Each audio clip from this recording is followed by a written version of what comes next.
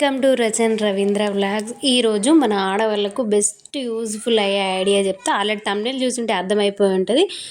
ప్రాసెస్లోకి వెళ్ళిపోదాం రండి. ప్రతిసారి మనం ఇడ్లీనో దోశనో చేసుకోవాలనుకుంటే ప్రొద్దున నానబెట్టాలి, ఈవినింగ్ మిక్సీ పట్టుకోవాలి, మళ్ళీ రేపు ప్రొద్దున టిఫిన్ చేసుకోవాలి. అంత రిస్క్ లేకుండా ఇప్పుడు పౌడర్ చేసి పెట్టుకుంటే మనం ఎప్పుడు కావాలనుకుంటే అప్పుడు దోశ వేసుకోవచ్చు, ఇడ్లీ వేసుకోవచ్చు.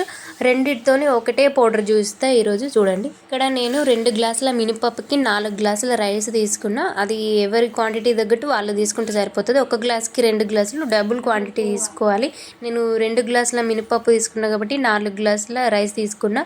అందులోకి 1 గ్లాసు పోహా, కొన్ని మెంతులు తీసుకొని వాష్ చేసుకోవాలి. 3-4 టైమ్స్ వాష్ చేసుకుంటే సరిపోతుంది. వీటిని నానబెట్టుకోవాల్సిన అవసరం ఏమి ఉండదు. డైరెక్టు కడిగేసి ఆరబెట్టుకోవడమే. ఇంకోటి ఏంటంటే నేను ఇక్కడ తీసుకున్నది రేషన్ బియ్యం మాత్రమే.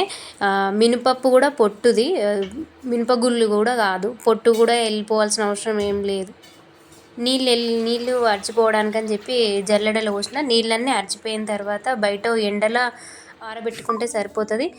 ఇవి పొద్దున ఆరబెడితే సాయంత్రం వరకు అవి ఆరిపోతాయి.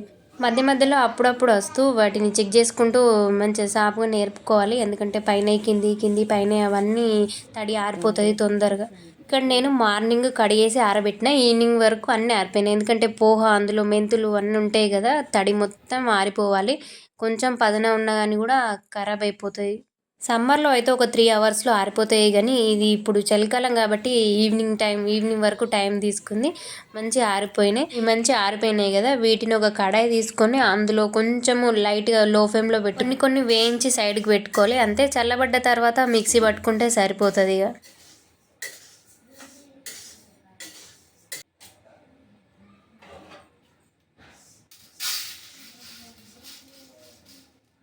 బావ మిక్సీ పట్టి అని అడిగితే మీకు పట్టిస్తానన్నాడు. అందుకే మా బావకి ఇచ్చేసి నేను చపాతీలు చేయడానికే వెళ్ళిపోయినా. మరీ ఫైన్ పౌడర్ లాగా అవసరం లేదు. కొంచెము ఉప్మా రవ్వలాగా కాకుండా ఉప్మా రవ్వ కన్నా కొంచెం గరుకుగా ఉంటే సరిపోతుంది. మిక్సీ పట్టిన తర్వాత ఒకసారి జల్లెడ పట్టుకున్నా. నేను మార్నింగ్ టిఫిన్ చేయడానికి అని చెప్పి నైట్ నానబెడుతున్నా పౌడర్. మీకు ఎంత అవసరం ఉంటే అంత తీసుకోవచ్చు. మా ఇంట్లో మేము 4 కాబట్టి 1 కప్పు తీసుకుంటే సరిపోతుంది. అందులోనే సాల్ట్ యాడ్ చేసి వాటర్ కలిపి పెట్టుకుంటా. ఎందుకంటే కొంచెం లిక్విడ్ టైప్ కలిపి పెట్టుకున్నా ఏం కాదు, గట్టిగా కలిపి పెట్టుకున్నా ఏం కాదు. పొద్దున మళ్ళీ అడ్జస్ట్ చేసుకోవచ్చు.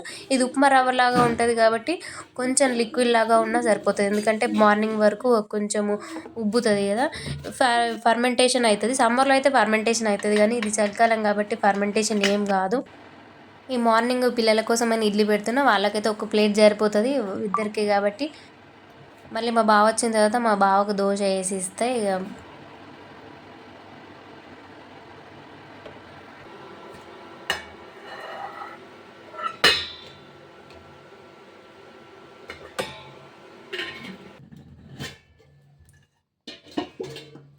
ఇదే సేమ్ కొలతలతో మినపప్పు ప్లేస్లో పెసరపప్పు కూడా తీసుకోవచ్చు. కానీ పెసరపప్పు తీసుకుంటే కొంచెం ఇడ్లీ వేసేటప్పుడు కొంచెం అందులో బేకింగ్ సోడా యాడ్ చేయాల్సి ఉంటుంది, లేకపోతే గట్టిగా వస్తాయి కదా.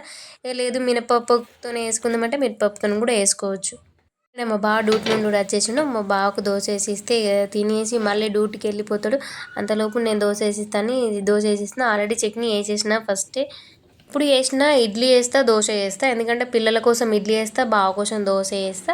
Okay bye. ఇంకా నా ఛానల్ ఎవరైనా లైక్ చేయనుంటే లైక్ చేసి సబ్స్క్రైబ్ చేయడం మాత్రం మర్చిపోకండి. బాయ్ అందరికీ.